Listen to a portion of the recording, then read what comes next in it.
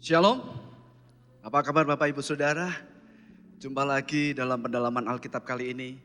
Kita mau siapkan hati kita untuk kita meninggikan Dia. Mari kita datang pada Tuhan. Bapa di surga, saat ini kami datang kepadamu Tuhan. Kami rindu untuk meninggikan nama-Mu, meninggikan Raja kami, Raja di atas segala Raja. Mari kiranya Engkau berkenan hadir di setiap kami Tuhan. Di tempat kami masing-masing, dimanapun kami berada Tuhan. Biarlah kami boleh menikmati hadirat-Mu dalam persekutuan kami hari ini Tuhan. Engkau bekerja atas kami.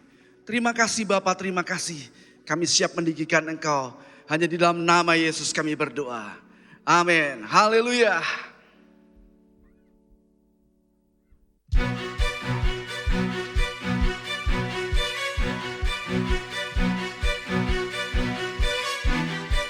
Yes, kita mau tinggikan Raja kita, Raja di atas segala Raja.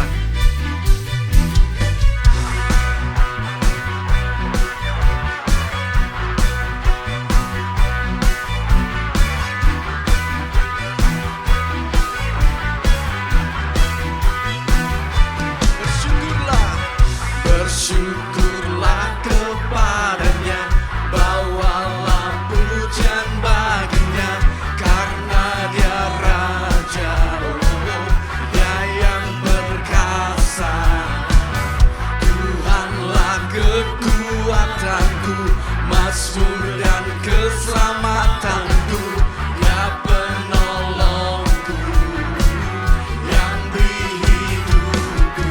Kau yang berjaya, seluruh semesta sujud menyembah. Angkulah kebangkitan-Mu, mujizat telah terjadi.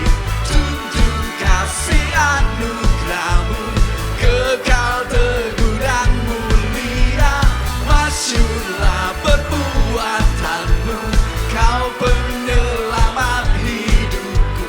Kasih-Mu tiada tara, bertata Kau Tuhan Rajaku.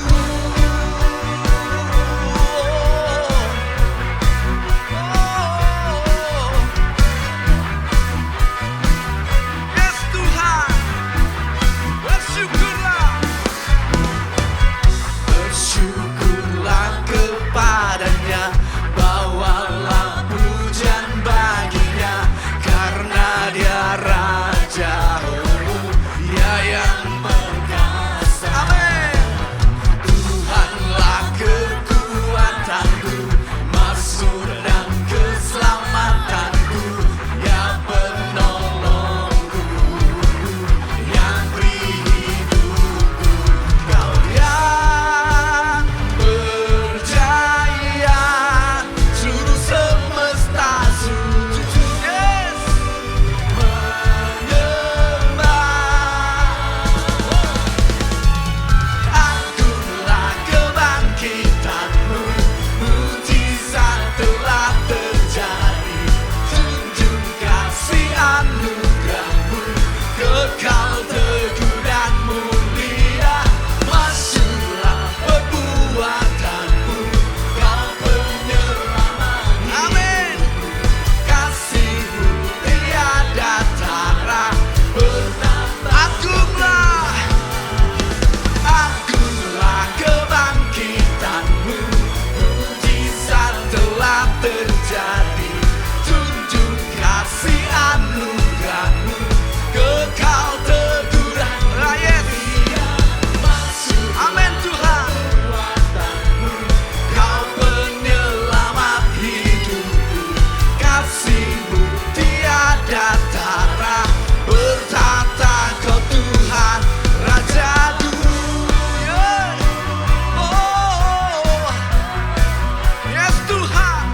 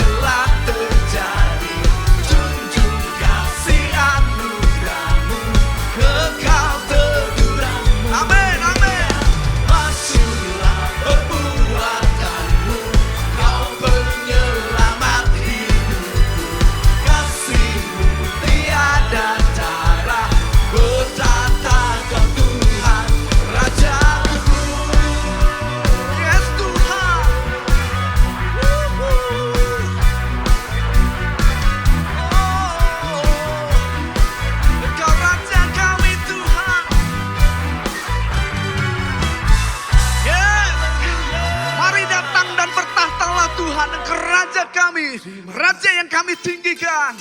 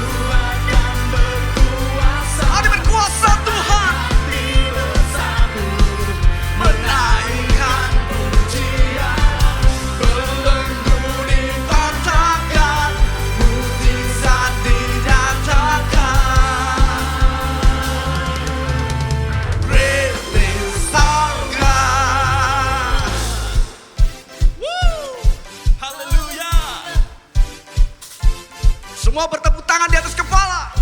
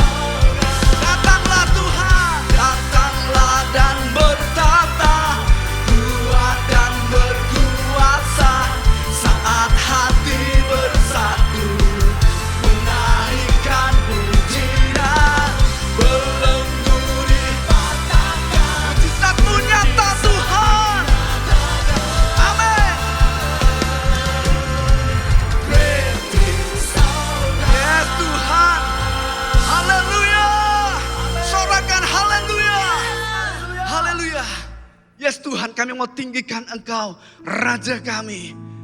Terima kasih Tuhan.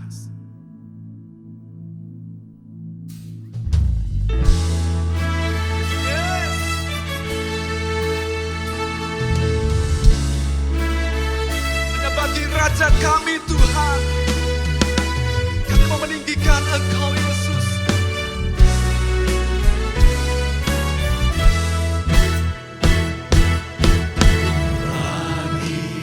Raja Amin, amin. yang duduk di atas tahta, bagi anak domba segala pujian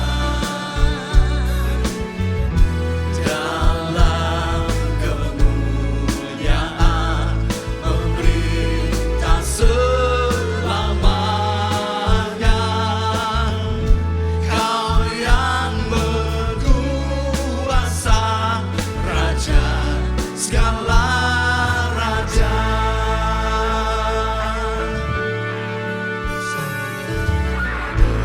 Besar dan ajaib segala pekerjaanmu. Kau Tuhan Allah Maha Kuasa. Yesus benar Tuhan.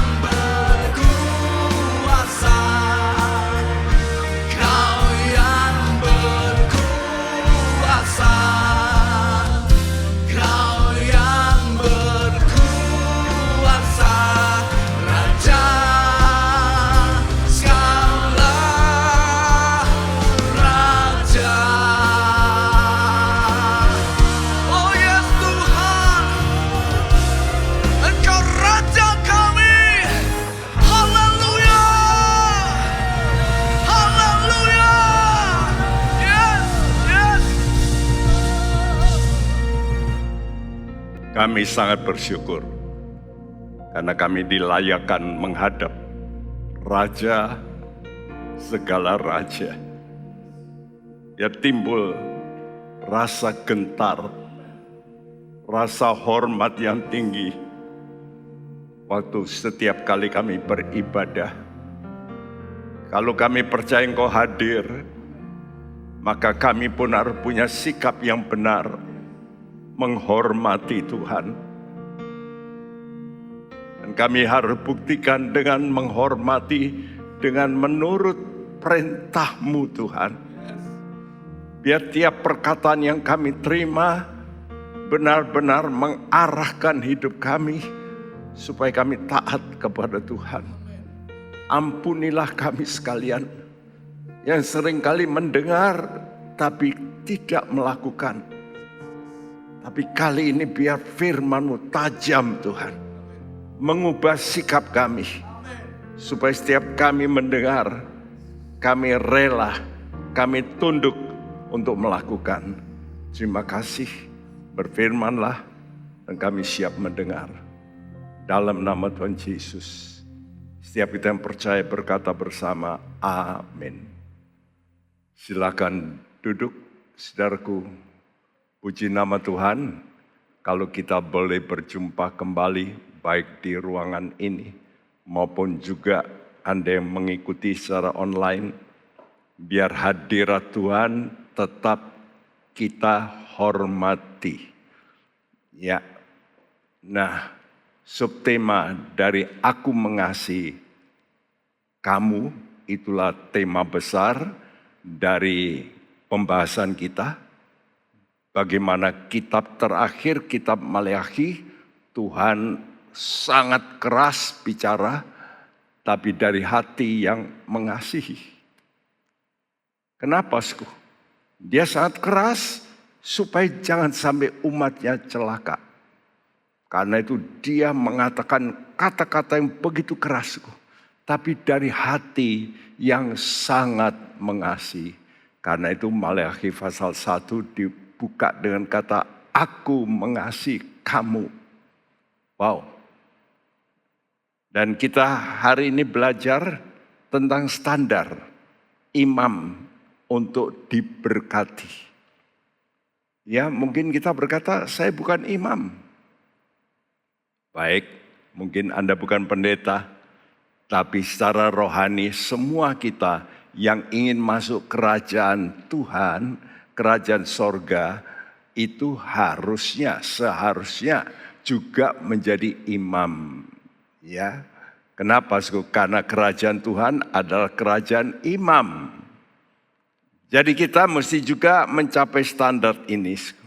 Memang dalam jajaran imam itu ada imam besar, ada imam, ada Lewi, ada budak bait Allah. Tapi mereka pelayan-pelayan Tuhan. Semua kita yang ingin masuk surga harus melayani Tuhan. Nah, saudaraku, ini penting sekali. Karena itu mari kita membaca dari Maleakhi pasal yang kedua, ayat 5-9 yang berbunyi, Perjanjianku dengan dia pada satu pihak ialah kehidupan dan sejahtera, dan itu kuberikan kepadanya. Pada pihak lain ketakutan, dan ia takut kepadaku dan gentar terhadap namaku. Pengajaran yang benar ada dalam mulutnya, dan kecurangan tidak terdapat pada bibirnya. Dalam damai sejahtera dan kejujuran ia mengikuti aku, dan banyak orang dibuatnya berbalik daripada kesalahan. Sebab bibir seorang imam memelihara pengetahuan, dan orang mencari pengajaran dari mulutnya. Sebab dialah utusan Tuhan semesta alam. Tetapi kamu ini menyimpang dari jalan, kamu membuat banyak orang tergelincir dengan pengajaranmu. Kamu merusakkan perjanjian dengan Lewi, firman Tuhan semesta alam. ya, kita akan bahas ayat per ayat ini. Ayat 5 berkata, perjanjianku dengan dia, yaitu dengan para imam, ya, pada satu pihak ialah kehidupan dan sejahtera, dan itu kuberikan kepadanya. Pada pihak lain ketakutan, Dan ia takut kepadaku dan gentar terhadap namaku. Ini terjemahan yang sudah diperbaiki dalam Alkitab yang baru, edisi baru. Tapi Alkitab baru ini ternyata saya baca masih belum memperbaiki yang salah-salah yang masih banyak. Ya, tapi untuk ayat 5 ini lebih baik. Perjanjianku dengan dia, yakni kehidupan dan damai sejahtera, kuberikan kepadanya juga rasa takut, supaya takut kepadaku dan gentar terhadap namaku. Jadi perjanjian itu erat hubungannya dengan roh takut akan Tuhan. Kalau kita ingin mendapat perjanjian Tuhan, kita harus juga memiliki roh takut akan Tuhan. Sebab inilah yang membuat kita bisa menerima perjanjian Tuhan. Ya, dan dalam ayat 9 dikatakan, Maka aku pun akan membuat kamu hina dan rendah bagi seluruh umat ini, oleh karena kamu tidak mengikuti jalan yang kutunjukkan, tetapi memandang bulu dalam pengajaranmu. wow, ini sekarang Tuhan ngomong keras sekali. Bagi mereka yang menyimpang, kamu ini telah menyimpang, ya, maka aku pun akan membuat kamu hina dan rendah. Ya, tidak heran waktu-waktu yang lalu orang Israel direndahkan sampai ya kita sudah melihat sejarah bagaimana mereka mengalami Holocaust, 6 juta manusia digiring seperti babi. Ya, saya melihat gambar-gambar Holocaust, orang-orang Israel itu naik kereta api begitu banyak disusun. Ya, kereta api itu mereka harus tidur, tiarap, lalu ada papan, lalu atasnya lagi. Ada papan, atasnya lagi. Sampai saya melihat ini orang Yahudi yang kaya-kaya, mereka sampai begitu. Lalu dikirim ke kamp konsentrasi. Kenapa semua ini bisa terjadi? Ya karena pelanggaran kepada firman Tuhan. Menghina, ya, menghina Tuhan, karena itu aku pun akan membuat kamu hina dan rendah. Ya, saudara, kenapa? Dikatakan karena kamu tidak mengikuti jalan yang kutunjukkan. Ini masalahnya. Jadi dalam ayat-ayat ini, ayat 5 sampai 9 diterangkan 2 macam hal. Yang pertama standar yang diinginkan Tuhan, yaitu standar yang memberikan berkat. Ya, kenapa? Karena memenuhi syarat yang Tuhan tetapkan, yaitu hormat kepada Tuhan. Yang disertai hormat itu harus dengan roh takut akan Tuhan. Nah, kelompok ini adalah imam yang berkenan. Tapi sebaliknya sebagian besar itu justru meremehkan, menyimpang, ya, sehingga Allah memberi tahu akibat buruk yang sangat buruk, yaitu imam yang tidak berkenan. Ini jadi pilihan bagi kita. Saudara mau melakukan firman dengan benar, dengan takut pada Tuhan, supaya kita menjadi imam yang berkenan, atau kita mengabaikan, maka pasti akibatnya sangat buruk. Ya, yaitu menjadi hina dan rendah. Nah, kita tentu ingin menjadi imam yang berkenan. Ya, yaitu sebagai imam yang memberi perhatian untuk menghormati nama Tuhan. Coba kita ulangi baca Maleakhi 2 ayat 1 dan 2 ini. Ya, tolong dibacakan. Maleakhi 2 ayat 1 dan 2. Sekarang untuk mula perintah ini, hai para imam. Nah, jika kamu tidak mendengarkan dan memberi perhatian untuk menghormati namaku, itu kuncinya. Firman Tuhan semesta alam, aku akan mengirim kutuk kepadamu dan akan membuat berkat-berkatmu menjadi kutuk. Sungguh, wah ditambah lagi dengan ketetapan, sungguh aku mengutuknya sebab kamu tidak memberi perhatian. Yuk kita sebagai anak Tuhan betul-betul harus memperhatikan perkataan Tuhan. Jangan kita anggap remeh.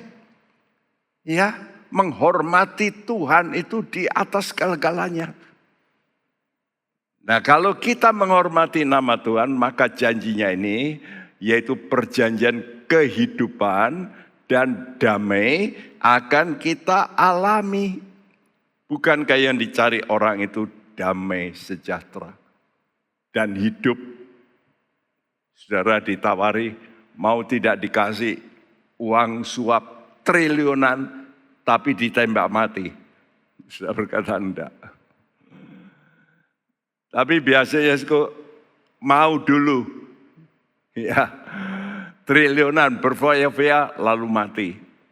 Nah itu banyak orang suka. Tapi perhatikan, kita harus sadar begitu kita salah, ya Tuhan itu tidak bisa membiarkan. Pasti ada penghakiman.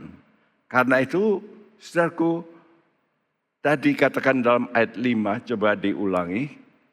Perjanjianku dengan dia pada satu pihak ialah kehidupan dan sejahtera, dan itu kuberikan kepadanya. Pada pihak lain ketakutan, dan ia takut kepadaku dan gentar terhadap namaku.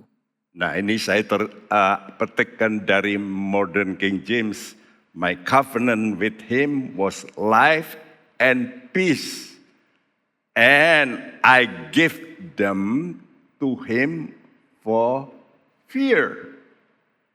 Jadi aku memberikan perjanjian ini karena roh takut akan Tuhan. Jelas ya. Jadi kalau kita nggak punya roh takut akan Tuhan, maka perjanjian itu tidak akan diberikan kepada kita. Semua kita, kenapa menjadi orang Kristen? Ingin masuk surga. Hidup, itu nomor 1. Tapi hidup tanpa damai, wah tidak berarti. Semua kita merindukan yang disebut damai sejahtera. Ya, karena itu life and peace. Saya beri gambar di sini, orang zaman dulu, bahkan sekarang juga, kalau ada surat penting, lalu dimeteraikan. Dan biasanya itu pakai ya malam begitu. Ya, sekarang juga kadang-kadang kalau amplop yang coklat itu diputar-putar, ya, lalu diikat, lalu disegel. Nah itu segel itu. Ya, jadi Tuhan memberikan segel, meterai. Kalau kamu menghormati aku, pasti kamu hidup. Pasti kamu damai. Nah ini yang harus kita kejar. Tapi manusia itu tidak kejar ini, kejar duitnya. Mula-mula senang, tapi lihat aja. Ya, apa yang kita baca di koran-koran sekarang ini, orang-orang yang korupsi ini itu, mereka senang, dulunya pasti senang. Tapi setelah itu ada resiko. Mereka dituntut. Nah inilah yang terjadi nanti, semua orang akan dituntut oleh Tuhan. Ya, jadi takut akan Tuhan itu terbit dari percaya. Perhatikan, kalau sudah tidak percaya kepada Tuhan dan firman-Nya pasti terjadi, engkau nggak bisa punya roh takut akan Tuhan.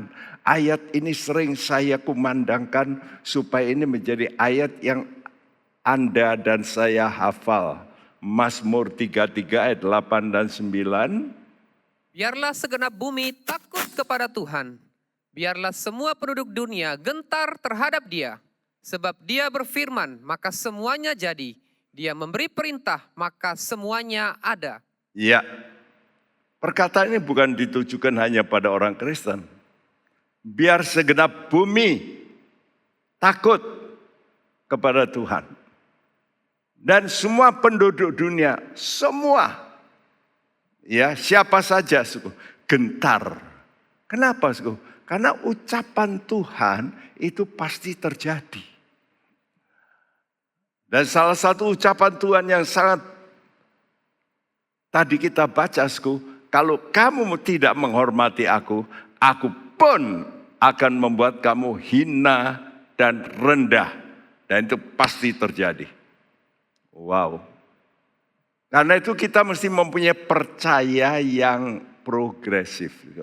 Banyak orang percaya, tapi mutu percayanya itu tidak menurut standar Alkitab.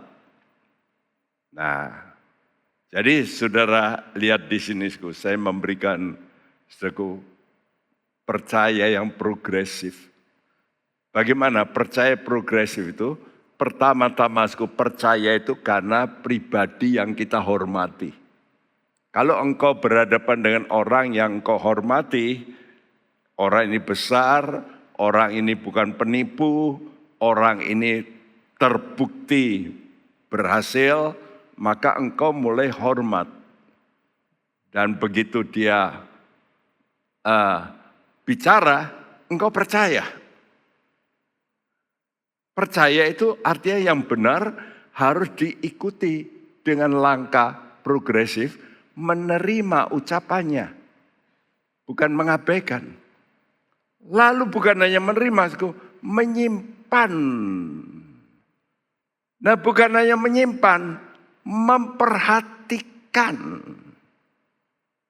Setelah memperhatikan, lalu hati kita fokuskan kepada janji-janji firman itu. Ya. Dan karena kita ingin betul, kita mulai berseru, Tuhan, saya butuh itu. Ya.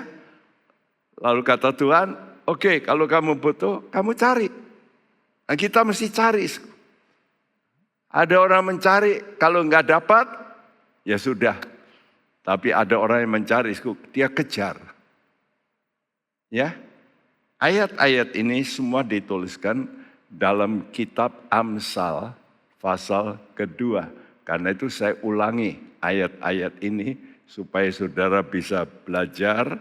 Ya, coba kita bacakan Amsal 2 ayat 1 sampai 5. Hai anakku, jikalau engkau menerima perkataanku dan menyimpan perintahku di dalam hatimu, sehingga telingamu memperhatikan hikmat, dan engkau mencenderungkan hatimu kepada kepandaian, ya, jikalau engkau berseru kepada pengertian dan menunjukkan suaramu kepada kepandaian, jikalau engkau mencarinya seperti mencari perak dan mengejarnya seperti mengejar harta terpendam, maka engkau akan memperoleh pengertian tentang takut akan Tuhan dan mendapat pengenalan akan Allah. Ya, output hasil terakhir. Maka ayat yang kelima, engkau akan memperoleh pengertian tentang takut akan Tuhan. Jadi takut akan Tuhan itu bukan sekedar percaya lalu timbul takut akan Tuhan. Tapi takut akan Tuhan itu ada prosesnya. Proses yang progresif. Pertama-tama dimulai dengan hati. Hati yang bagaimana, hati yang merasa saya ini tidak mengerti banyak tentang hal-hal yang apa yang Tuhan janjikan.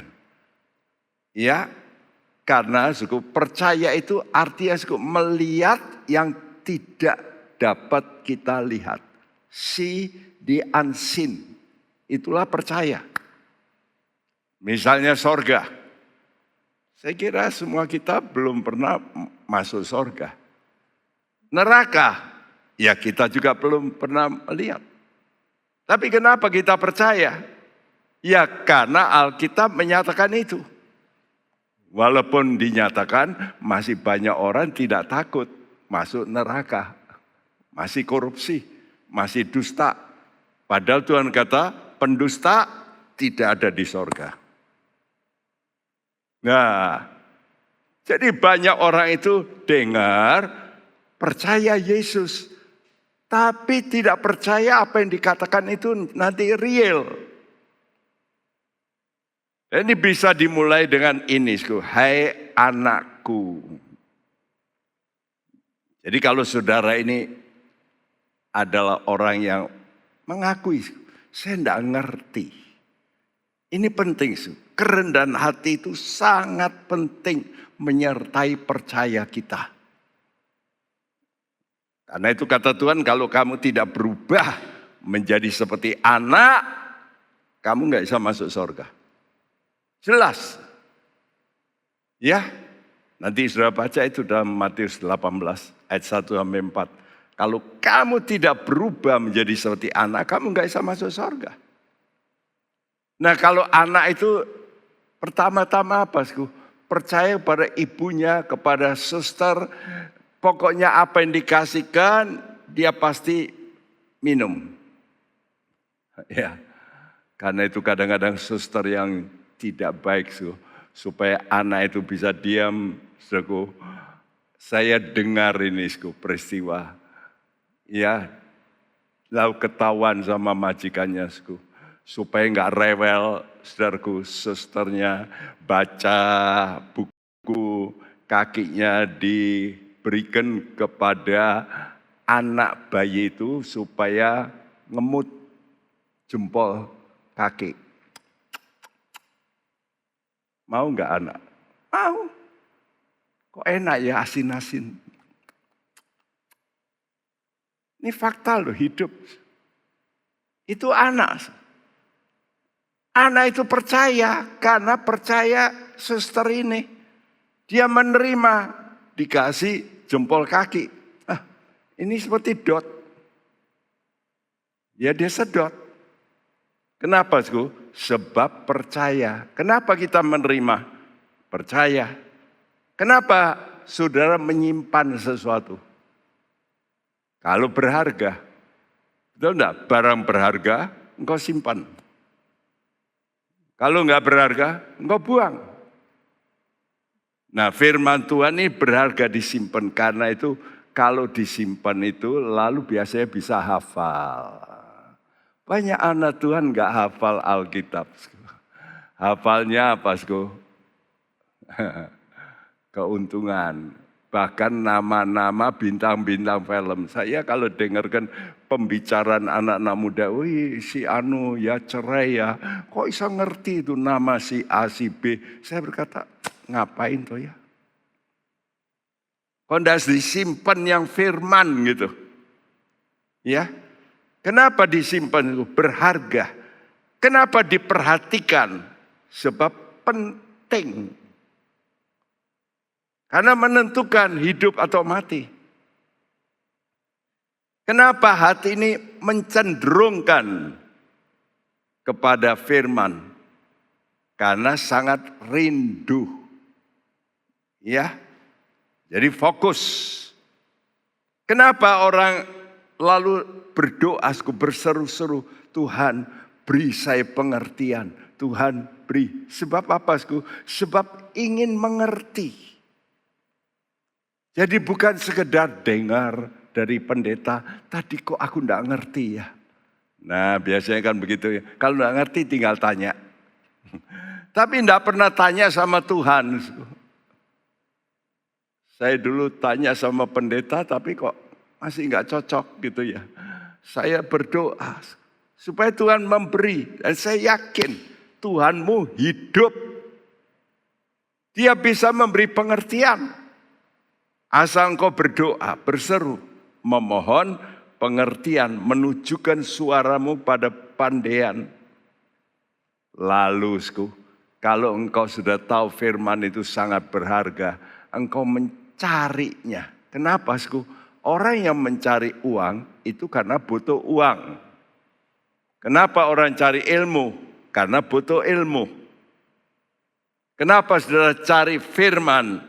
Karena butuh firman. Ya, sekarang ini banyak orang ke gereja, Sku, bukan butuh firman, butuh berkat. Sebetulnya carilah dulu kerajaan Allah, maka semuanya akan ditambahkan. Kita tahu Alkitab, tapi sering kita ini membalik. Kita ingin hanya outputnya saja. Tapi prosesnya kita nggak mau. Ya, kita mesti punya hati untuk sangat membutuhkan firman. Karena firman itu Allah pribadi yang akan dapat menjawab dan mengejar. Kenapa orang kerja itu ngejar waktu dan sebagainya. Karena ingin mendapat banyak. Kalau santai-santai, sudahlah, saya sudah cukup makan. Nah, orang yang begitu, nanti kalau hari tuanya, nah susah. Kenapa, Karena dia tidak punya tabungan. Tapi orang yang tahu hari depan itu bisa sakit, bisa apa, dia kejar, cari duit untuk apa? Supaya uangnya banyak. Nanti saya bisa santai waktu tua. Sama seperti itu. Kita mesti melimpah dalam firman. Kalau engkau begitu, kamu memperoleh pengertian tentang takut akan Tuhan. Dan, perhatikan, takut akan Tuhan selalu dihubungkan dengan pengenalan akan Allah. Jadi kalau orang tidak takut akan Tuhan, tidak kenal Allah. Ya. Nah, jadi ingat, hanya dengan roh takut akan Tuhan, seorang itu baru bisa mengenal Allah dengan benar. Apa tandanya kalau engkau mengenal Allah? 1 Yohanes 3 ayat 6 mengatakan, orang yang masih berbuat dosa itu tidak mengenal Allah. Itu jawaban Alkitab. Jadi kalau saudara masih berbuat dosa, itu tanda saudara tidak kenal Allah. Saudara boleh debat. Boleh menjadi orang Kristen bertahun-tahun. Tapi masih suka bertengkar. Tengkarnya dosa enggak? Dosa. Tapi banyak orang Kristen melakukan itu. Masih saja nipu. Loh, katanya Kristen. Masih saja korupsi. Kita dengarkan di koran-koran hari-hari ini. Dia orang Kristen, tapi koruptor. Aduh. Tuhan sedih. Tuhan kata bukan, itu bukan anakku. Jadi kalau kita benar, itu nyata dalam hidup kita yang disebut kudus. Sama seperti Yesus. 1 Petrus 1 ayat 15.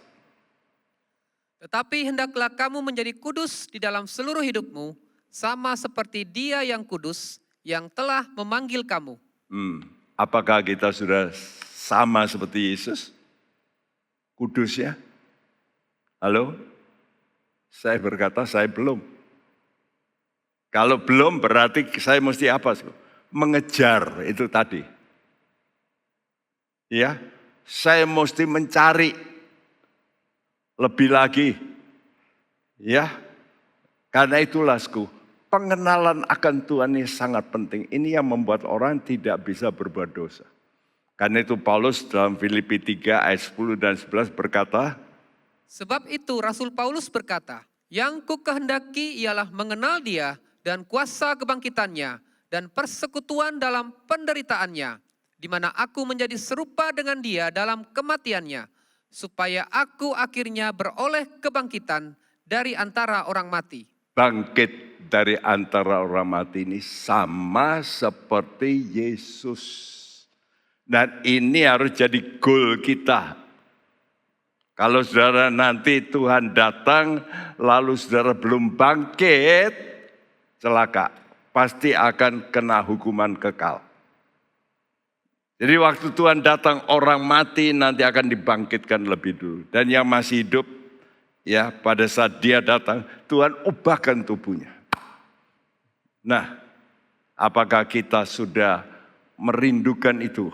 Ya kunci untuk mendapat tujuan akhir apa?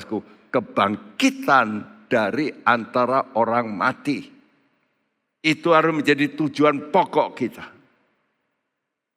Ya, karena itu mari kita mesti push ke arah itu.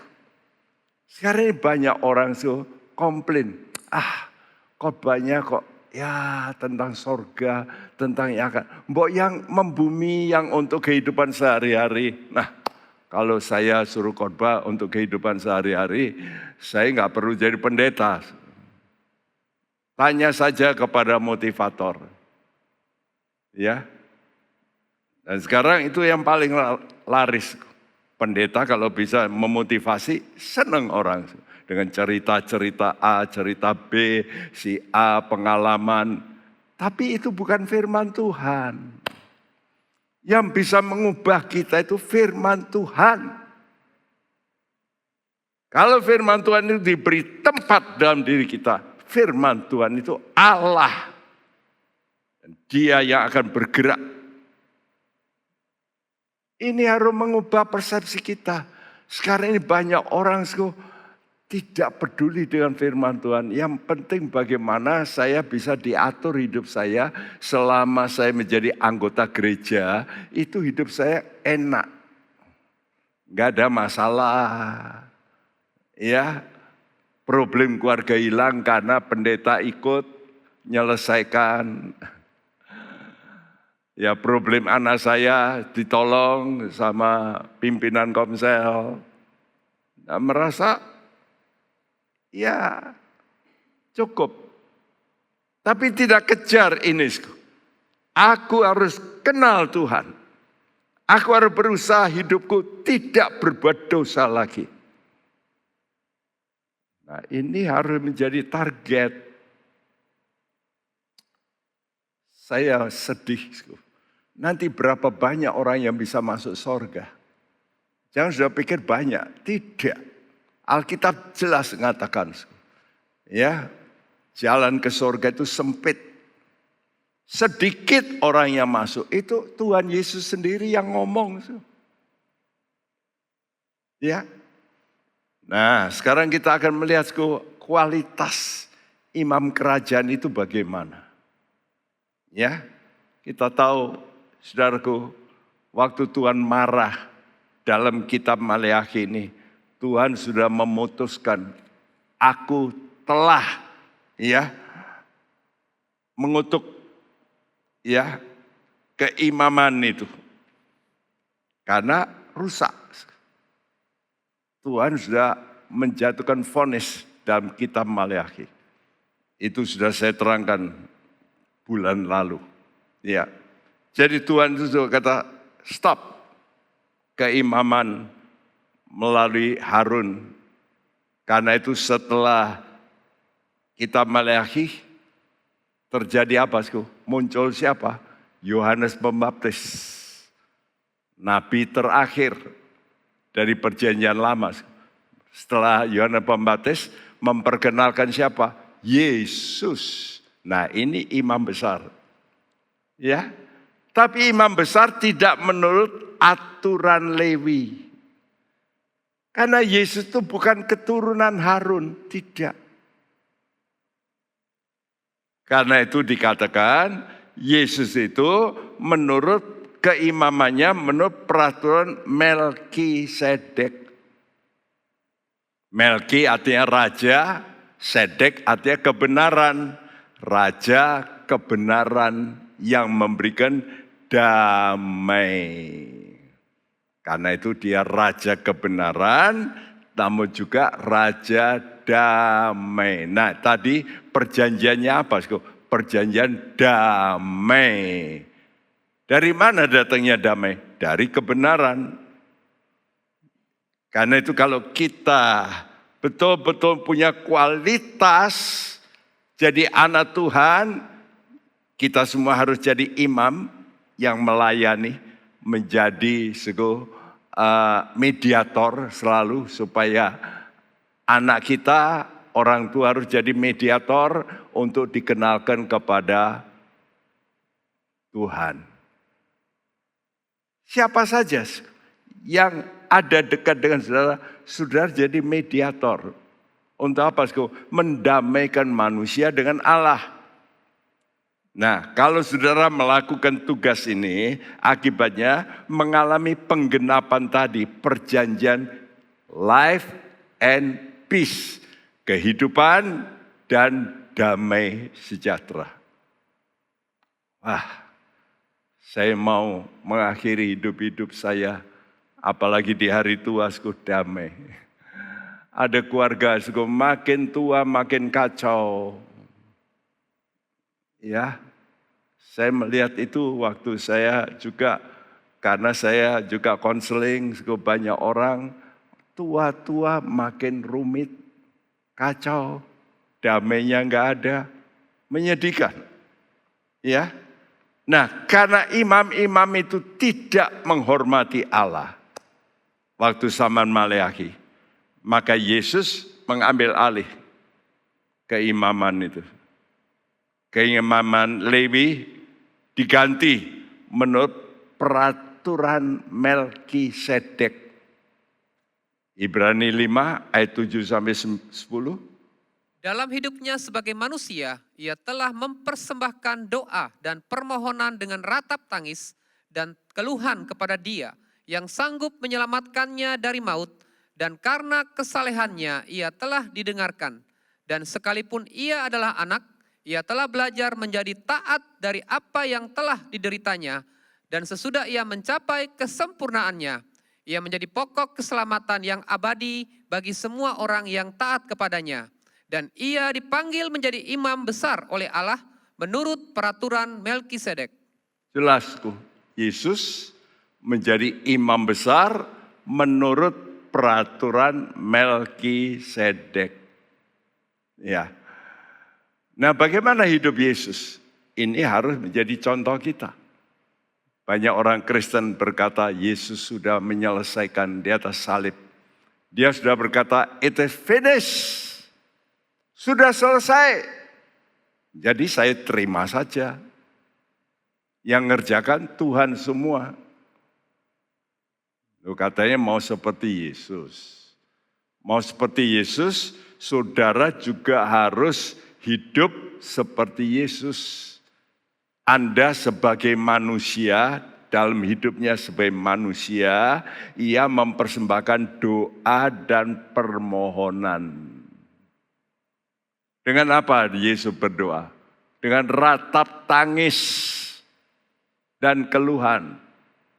Halo, berapa banyak orang Kristen menangisi dirinya yang belum sempurna? Berapa banyak orang Kristen yang kalau baca Alkitab tidak ngerti, nangis, Tuhan, aku kok tidak ngerti Tuhan. Tuhan beritahulah Tuhan, seperti tadi ya, berseru. Itu loh, orang yang sangat rindu ngerti. Ya, dan Yesus dikatakan dia nangis, dia mengeluh kepada Dia yang sanggup menyelamatkan dari maut. Saudaraku, kita harus luput dari maut. Yesus saja diincar maut. Apakah saudara enggak diincar oleh iblis? Pasti diincar. Nah kita ini harus, betul-betul berdoa. Ya, mengeluh pada Tuhan, Tuhan tolong. Keinginan saya yang salah ini supaya dihancurkan Tuhan. Emosi saya yang meledak-ledak, suka marah, Tuhan tolonglah, Tuhan lepaskan. Kita biasa, ya sudahlah, memang ini karakter saya. Wah sudah susah. Sudah mesti ingin berubah. Ya, supaya selamat.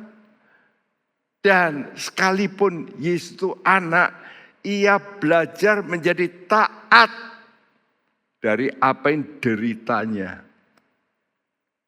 Saudara, kunci kehidupan Kristen itu ketaatan dalam penderitaan.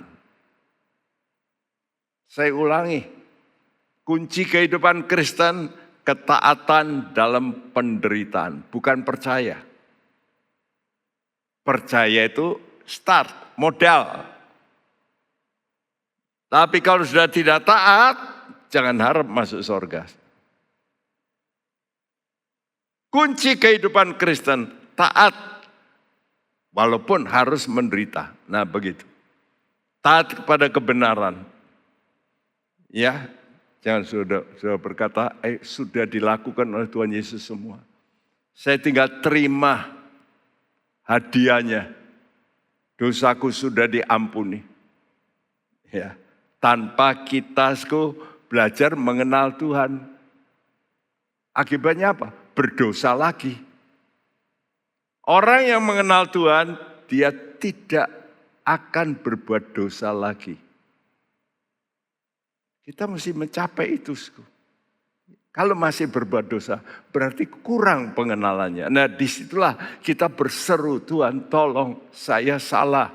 Lagi-lagi salah, ampuni saya. Tapi saya tidak mau terus salah. Saya mau berubah. Penting. Ya, saat menjadi manusia, Yesus menunjukkan hormatnya pada Bapa. Dia berkata seperti ini dalam Yohanes 8 ayat 49. Aku tidak kerasukan setan, tetapi aku menghormati Bapakku dan kamu tidak menghormati aku. Jelas. Yesus waktu menjadi anak, dia menghormati Bapa. Nah, kita mesti menghormati.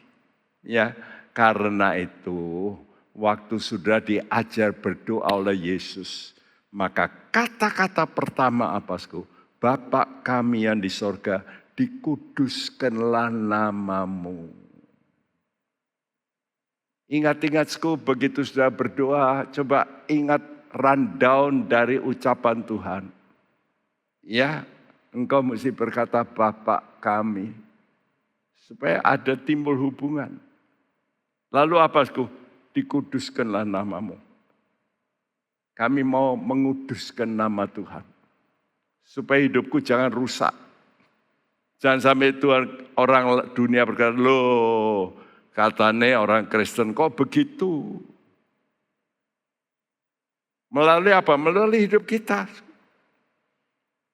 Nah kalau kita betul-betul menghormati Tuhan, maka perjanjianku dengan dia adalah kehidupan dan damai. Ini perkataan Tuhan. Pasti akan digenapi. Karena sudah punya roh takut akan Tuhan. Ya.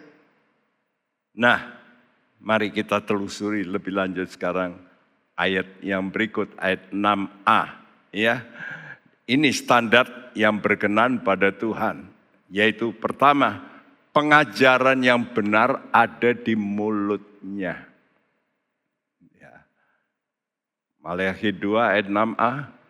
Pengajaran yang benar ada dalam mulutnya, dan kejahatan tidak terdapat pada bibirnya. Ya, pengajaran yang benar ada di mulutnya.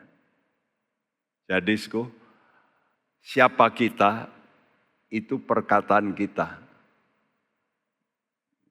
Gimana output perkataan kita? Perkataan kita dari mana? Dari pikiran kita. Betul tidak? Karena itu kata Tuhan, as he think in himself, so is he. Seperti apa yang dipikirkan, ya itulah orangnya. Di pikiranmu keluar menjadi perkataanmu. Nah itulah orangnya. Makanya kalau sudah kenal orang, sudah dengarkan aja perkataannya. Perkataannya ini gimana? Ada orang yang suka melawak terus. Ya itulah orangnya. Dia suka jadi pelawak. Ya, saudaraku. Tapi pelawak kadang-kadang kan tidak kata-katanya benar. Kadang-kadang kata-katanya kan ya menyimpang. Nah, perhatikan, pengajaran yang benar ada di mulutnya. Jadi perhatikan, saudara. Pengajarannya mungkin benar, tapi hatinya enggak tulus. Dan itulah sebabnya Tuhan juga memberikan warning, hati-hati kamu dengan orang Farisi, ya, ahli Taurat. Mereka mengajarkan kebenaran memang, tapi hatinya jahat. Karena itu ayat ini, pengajaran yang benar ada di mulutnya dan, nah ini, kejahatan tidak terdapat pada bibirnya. Jadi ada maksud jahat itu enggak ada. Jadi banyak orang ngajarnya benar, tapi ada motivasi yang salah. Ya. Ini jelas terjadi, bahkan dengan anak buah kami dulu ada hamba-hamba Tuhan melayani, ngajar benar, tapi motivasinya salah. Wah, ini Tuhan tahu ya.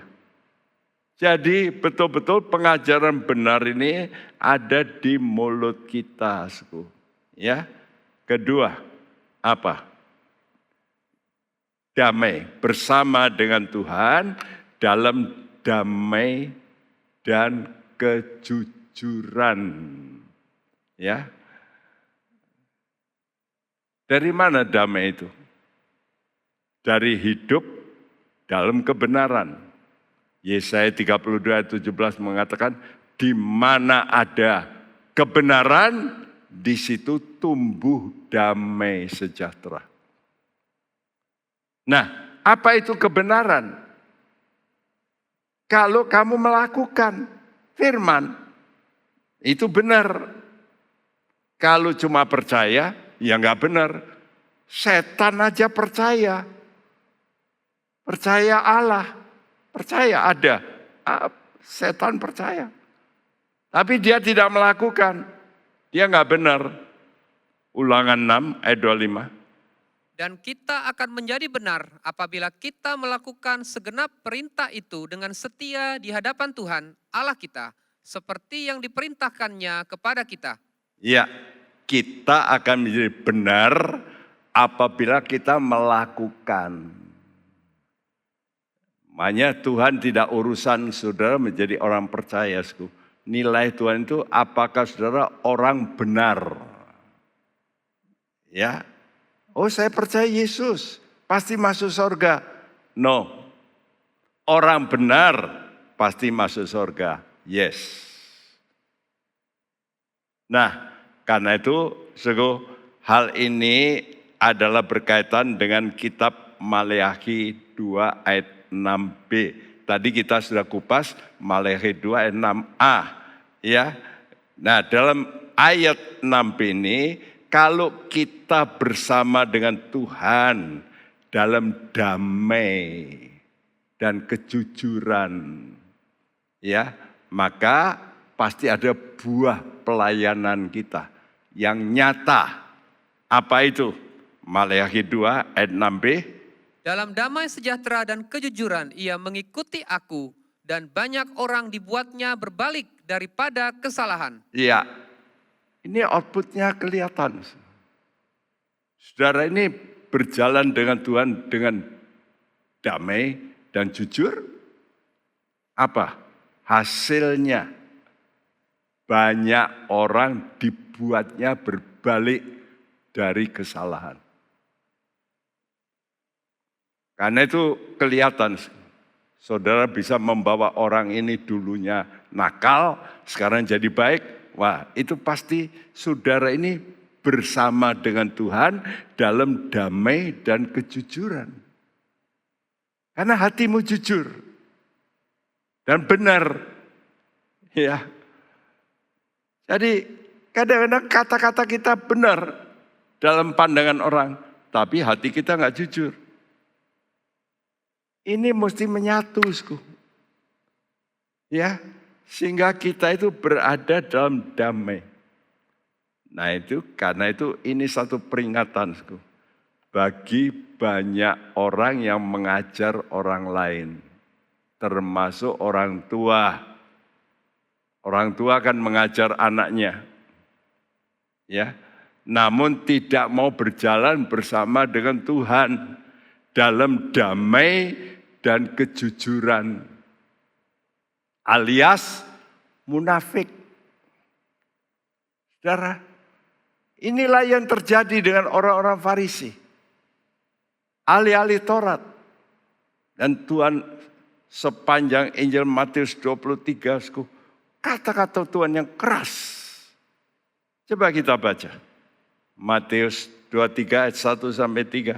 Maka berkatalah Yesus kepada orang banyak dan kepada murid-muridnya. Katanya, ahli-ahli Taurat dan orang-orang Farisi telah menduduki kursi Musa. Sebab itu turutilah dan lakukanlah segala sesuatu yang mereka ajarkan kepadamu. Tetapi janganlah kamu turuti perbuatan-perbuatan mereka. Karena mereka mengajarkannya tetapi tidak melakukannya. Ya, Tuhan tidak melarang orang dengar suku ahli Taurat dan orang Farisi. Enggak. Kata Tuhan, dengarkan. Ya, dengarkan, tapi turutilah apa yang dikatakan firman yang disampaikan oleh orang yang enggak benar itu. Karena itu saudara juga begitu ya. Kalau melihat hamba Tuhan pendeta enggak benar, saudara pikir, perkataannya enggak benar semua, saya enggak mau. Kata Tuhan, dengarkan perkataan Tuhan. Tapi jangan ikuti perbuatan orang itu. Jadi saudara mesti pandai memilah. Ya. Karena itu alangkah baik kalau yang ngajar ini dan kelakuannya itu pas, sinkron, sama. Ada orang nggak sama, pintar ngajar, tapi kelakuannya tidak. Yang ketiga, apa yang diminta Tuhan untuk orang yang berkenan, yaitu bibir menjaga pengetahuan. Maleakhi 2 ayat 7. Sebab bibir seorang imam menjaga pengetahuan dan orang mencari pengajaran dari mulutnya. Sebab dialah utusan Tuhan semesta alam. Sebab bibir seorang imam menjaga, terjemahan bahasa Indonesia, memelihara pengetahuan. Berarti pengetahuan ini perlu kita jaga. Dalam kata aslinya, samar itu artinya kita pagari gitu. Jangan sampai dirusak. Karena itu saudara hati-hati, saudara dengarkan pengkhotbah lain kadang-kadang memasukkan yang merusak. Ya, karena iblis juga mengirim. Alkitab juga nulis. Ya, ada namanya pengajar-pengajar palsu. Teman kami sampai kena juga. Walaupun pengikut Kristen sudah lama, kena juga pengajaran yang salah. Nah, bibir seorang imam itu menjaga pengetahuan. Ya, sehingga kalau betul dia menjaga, maka orang akan mencari pengetahuan itu dari mulutnya. Kenapa? Sebab dialah utusan Tuhan semesta alam. Wih, waktu saya baca ini, oh Tuhan, terima kasih. Kalau kita ngomong benar, itu utusan Tuhan semesta alam. Apa artinya Tuhan semesta alam? Tuhan dengan pasukan sorga. Karena itu saya yakin hamba Tuhan yang benar pasti disertai malaikat-malaikat Tuhan. Dijaga oleh Tuhan. Ya, mungkin nanti ada terjadi ini, malaikat Tuhan akan ambil alih untuk melakukan perlindungan. Nanti baca dalam Mazmur 91. Malaikat Tuhan itu akan bekerja. Kita nggak lihat. Saya percaya providensia Allah. Saya pasrahkan hidup saya kepada Tuhan. Sang providensia, pemelihara hidup saya. Dia akan menjaga. Karena itu apa yang harus kita lakukan supaya kita bisa masuk kerajaan imam dalam hubungan dengan perkataan ini. 1 Petrus 4 ayat 11. Jika ada orang yang berbicara, baiklah ia berbicara sebagai orang yang menyampaikan firman Allah. Jika ada orang yang melayani, baiklah ia melakukannya dengan kekuatan yang dianugerahkan Allah, supaya Allah dimuliakan dalam segala sesuatu karena Yesus Kristus. Ialah yang empunya kemuliaan dan kuasa sampai selama-lamanya. Amin. Ya, kalau orang bicara, baiklah ia bicara seperti orang menyampaikan firman Allah. Karena itu dijauhkan ya dari unek-unek saudara curhat yang waduh lalu gosip, ngerumpi, bicara orang lain. Apakah itu menyampaikan firman Tuhan? Coba kita kurangi.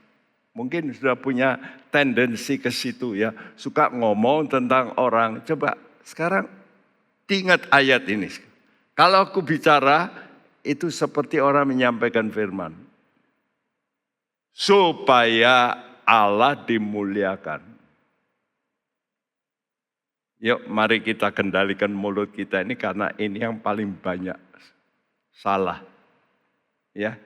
Nah kalau kita disertai oleh yang mengutus kita itu Tuhan semesta alam. Itulah orang yang bisa menjaga mulutnya. Maka apa yang terjadi?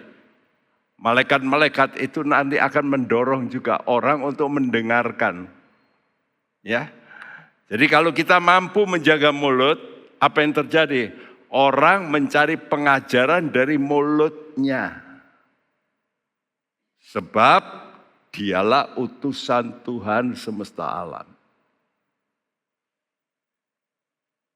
Saya melihat cukup banyak ya yang saya kirim kadang-kadang, Om, gedung kami kok kurang ini sound systemnya, jadi gak enak, jadi gak bisa banyak orang dengar. Gak ada musik yang bagus, jadi sedikit yang dengar. Saya dulu main musik dengan gitar. Istri saya main piano ya asal bunyi aja. Saya juga gitarnya nggak bisa bagus. Lalu juga ada pemain bass betot. Ding, dung, dung, dung. Ya cuma itu. Gitar, piano, bass betot. Ya lama-lama penuh. Jadi nggak ada amplifier atau apa. Nggak ada. Jadi sekarang ini banyak orang, nggak ada sarananya, nggak bisa maju. Siapa bilang? Coba kita dengarkan apa yang dilakukan oleh Yohanes Pembaptis, di mana dia berkhotbah, kok orang kok datang. Matius 3 ayat 1 dan 2 lalu ayat 5. Pada waktu itu tampillah Yohanes Pembaptis di padang gurun Yudea dan memberitakan, bertobatlah sebab kerajaan surga sudah dekat. Maka datanglah kepadanya penduduk dari Yerusalem, dari seluruh Yudea, dan dari seluruh daerah sekitar Yordan. Ya, saudaraku, di mana Yohanes Pembaptis? Padang gurun. Itu tempat gerejanya di mana? Padang gurun. Musa di mana gerejanya?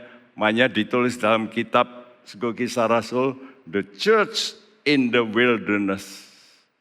Gereja di padang gurun. Ya, saudara, di sini katakan, maka datanglah kepadanya. Jadi alasan-alasan saudara tidak punya ini, tidak punya gitar ya yang hebat, enggak ada listriknya.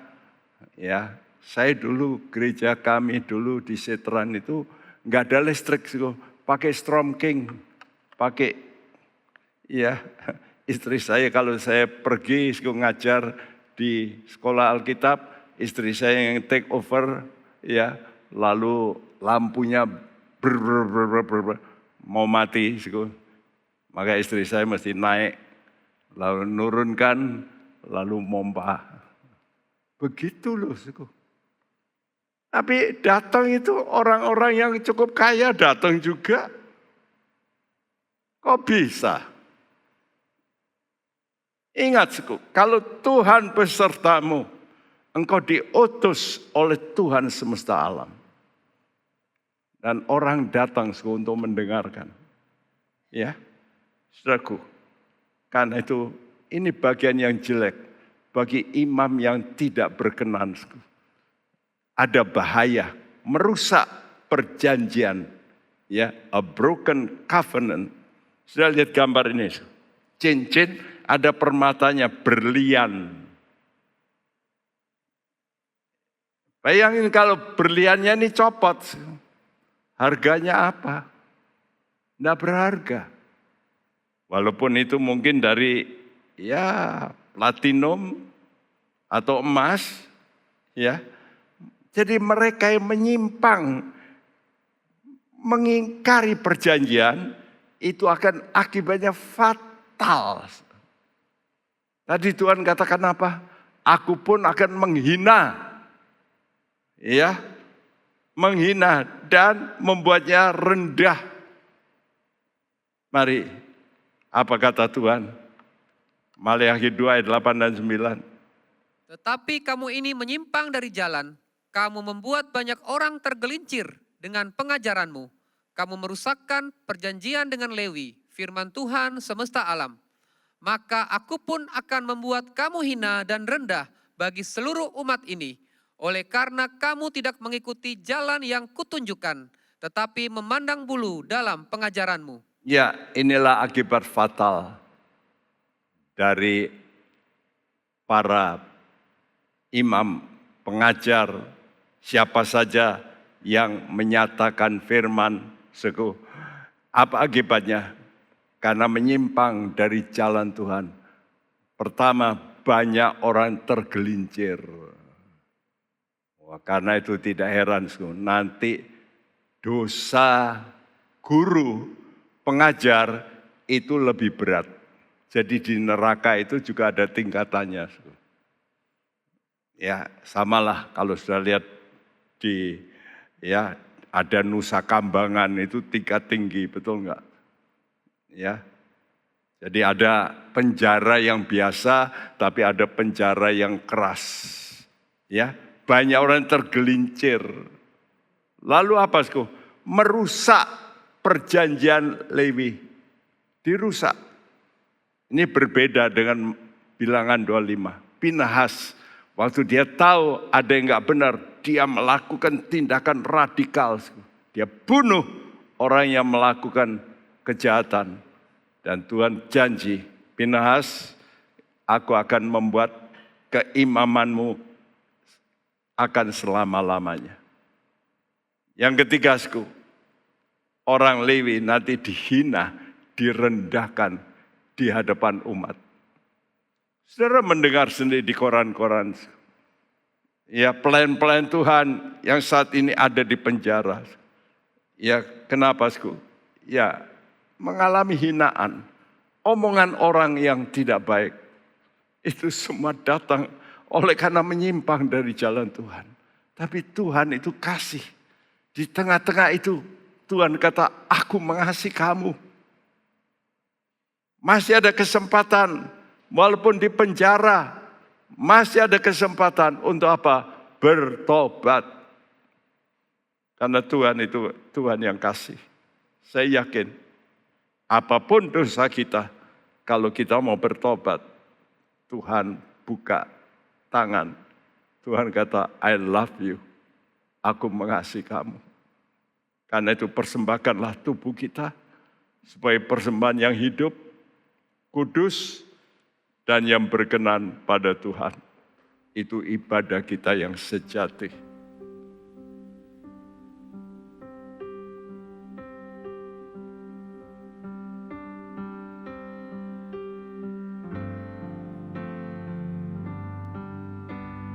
Bapa,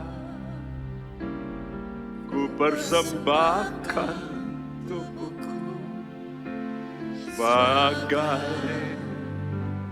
persembahan yang hidup, kudus, dan yang berkenan padamu, sebagai ibadah yang sejati.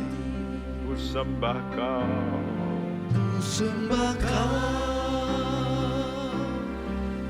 Tuhan, ku sembah Kau, Tuhan, ku serahkan hidupku kepadamu untuk kemuliaan nama-Mu. Ku sembah Kau, sembah Kau Tuhan, ku sembah Kau, sembah Kau Tuhan, ku serahkan hidupku kepadamu untuk kemuliaan nama-Mu. Jikalau aku ini Bapa, kata Tuhan, di manakah hormat-Mu? Jikalau aku ini Tuhan, di manakah takut-Mu kepadaku? Mari kita responi dengan berkata, di sini aku Tuhan.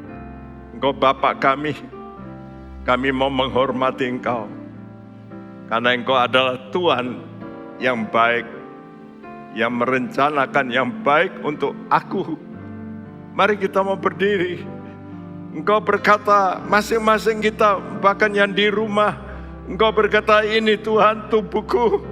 Aku mau serahkan tubuhku yang benar, yang kudus, yang hidup, yang kudus. Aku persembahkan padamu. Bapa, ku persembahkan tubuhku Bapa. Bapa, ku persembahkan tubuhku, amin, sebagai persembahan yang hidup, kudus, dan yang berkenan padamu, sebagai ibadah yang sejati. Bapa, katakan pada Tuhan, Bapa, ku persembahkan tubuhku sebagai persembahan yang hidup, kudus, dan yang berkenan padamu, sebagai ibadah yang sejati. Ku sembah Kau, ku sembah Kau,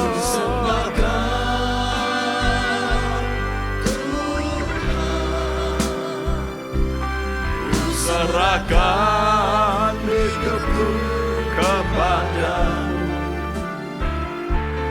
untuk kemuliaan. Serahkan hidupmu, ku sembah Kau. Yes Lord, ini tubuh kami Tuhan, ini tubuh kami. Ini tubuh anak-anak-Mu. Kami serahkan kembali padamu.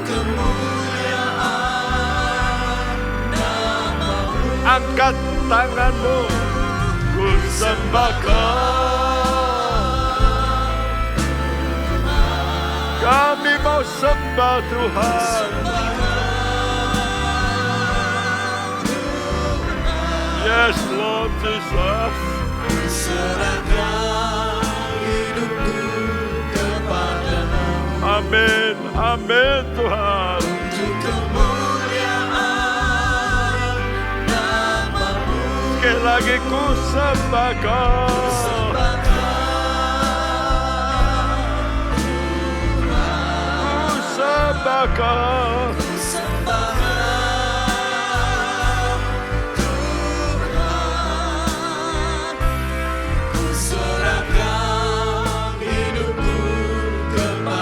Oh yes Tuhan, kami mau serahkan. Ya lama-lama untuk kemuliaan.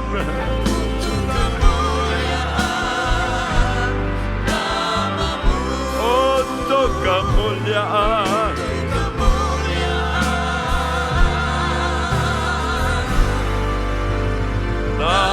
Nama-Mu.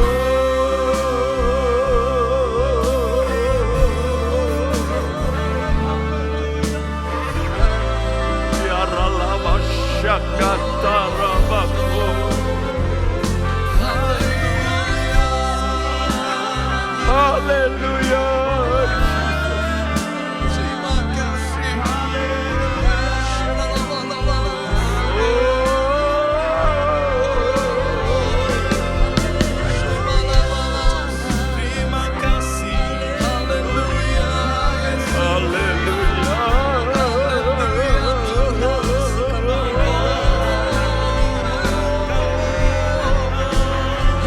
Ini hidup kami Tuhan.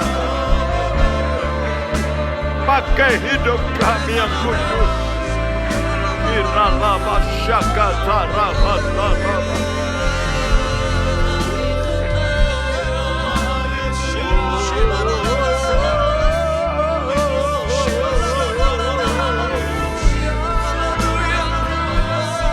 Iralama syakatarabasaraba. Kuduskan kami Tuhan. Sore.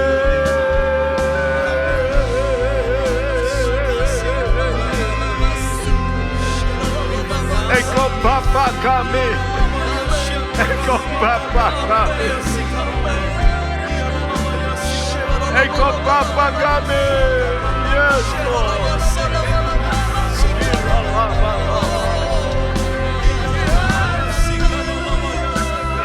Yes Tuhan. Oh yes Tuhan. Ya Tuhan.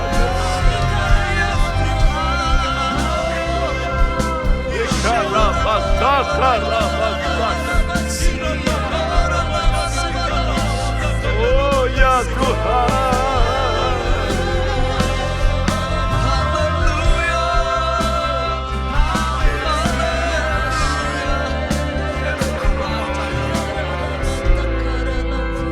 Ku sembah Kau Tuhan.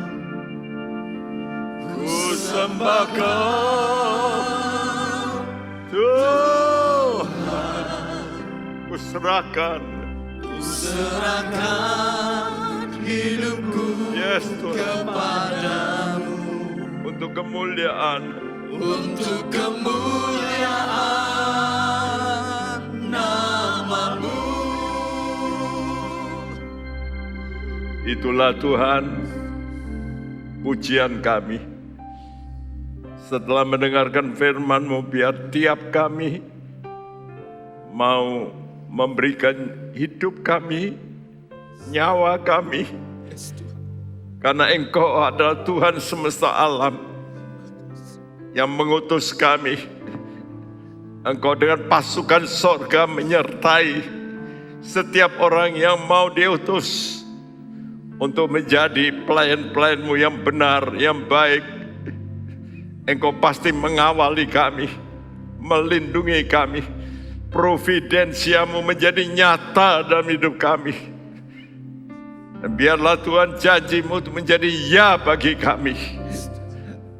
Engkau tolong semua anak-anak-Mu supaya mereka mengalami hubungan yang lebih baik setelah mendengarkan firman-Mu ini. Mereka akan mengalami perubahan dalam hati mereka, supaya berjalan dalam damai dan kejujuran dengan Tuhan, sehingga perjanjian akan kehidupan dan juga damai mereka alami. Dan kami semua mengalami. Kami bersyukur buat anugerah firman-Mu melalui hamba-Mu.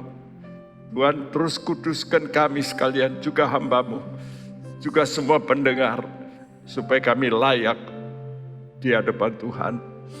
Terima kasih. Kami berdoa untuk bangsa dan negara kami.